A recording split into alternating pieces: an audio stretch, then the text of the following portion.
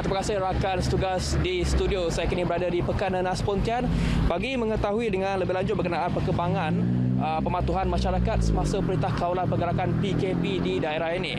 Dan untuk maklumat lanjut, mari kita bersama dengan Ketua Polis Daerah Pontian iaitu Superintendent Mustafa Bakri Saleh. Jadi Tuan, terima kasih kerana sudi bersama saya pada pagi ini, Tuan. Jadi Tuan, setakat ini berapa banyak kadar pematuhan SGR di Pontian?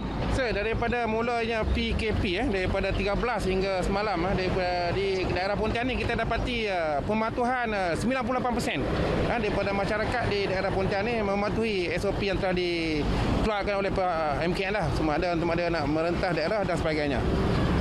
Berapa banyak SGR yang dibuka di daerah ini? Okey, bagi di daerah Pontian ni kita ada buka 3 SGR, iaitu di Pekan Nanas di tempat sekarang ni, iaitu untuk daripada daerah daripada JB, daripada Iskandar Puteri untuk masuk ke Pontian. Dan yang kedua di Parit Panjang, di Parit Panjang di daerah di bawah Balai Air Baloi. Dan satu lagi yang ketiga di hadapan Balai Polis Penut.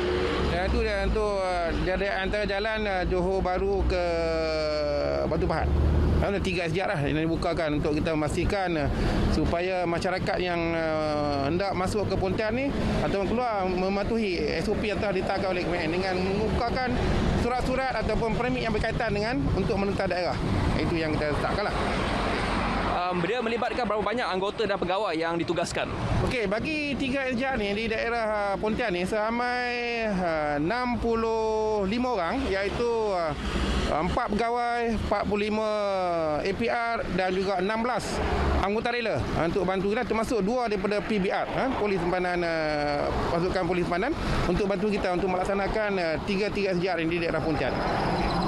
Kita bagaimana pula dengan pematuhan SGR? Masih terdapat lagi tak individu yang tidak mengemukakan surat untuk merentas daerah? So daripada apa yang kita jalankan PKP ni daripada 13 sampai semalam, masih ada lagi masyarakat yang gagal mematuhi SOP yang telah ditetapkan oleh pihak MKN, iaitu di mana setiap yang untuk merentas di daerah atau negeri mesti mengemukakan surat-surat ataupun surat berkaitan sama ada permit daripada PDRM ataupun daripada yang berkenaan lah, supaya dia boleh melalui ataupun merentas daerah ataupun negeri.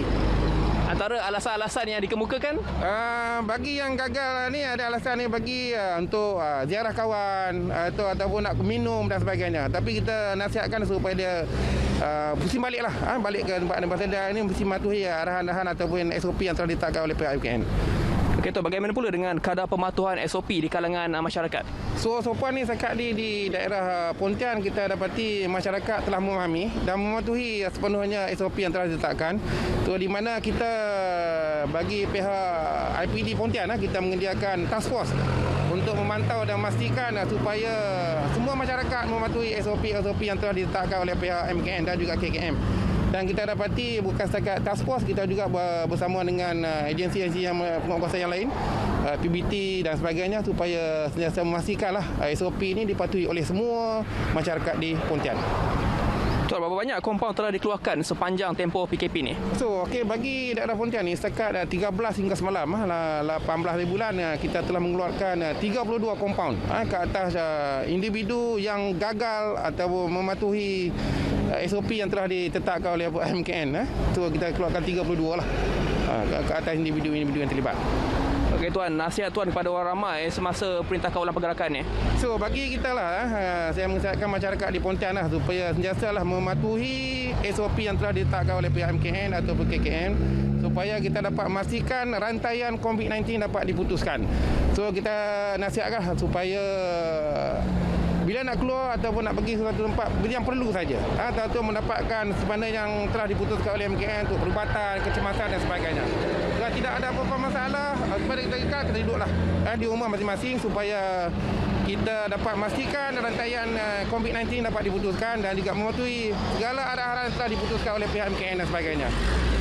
Terima kasih Tuan atas perkongsian maklumat tadi. Sekian saja laporan saya dari Pekan Nanas Pontian. Kita kembali semula kepada rakan tugas di studio. Silakan. Ya, terima kasih Erwin Zaid untuk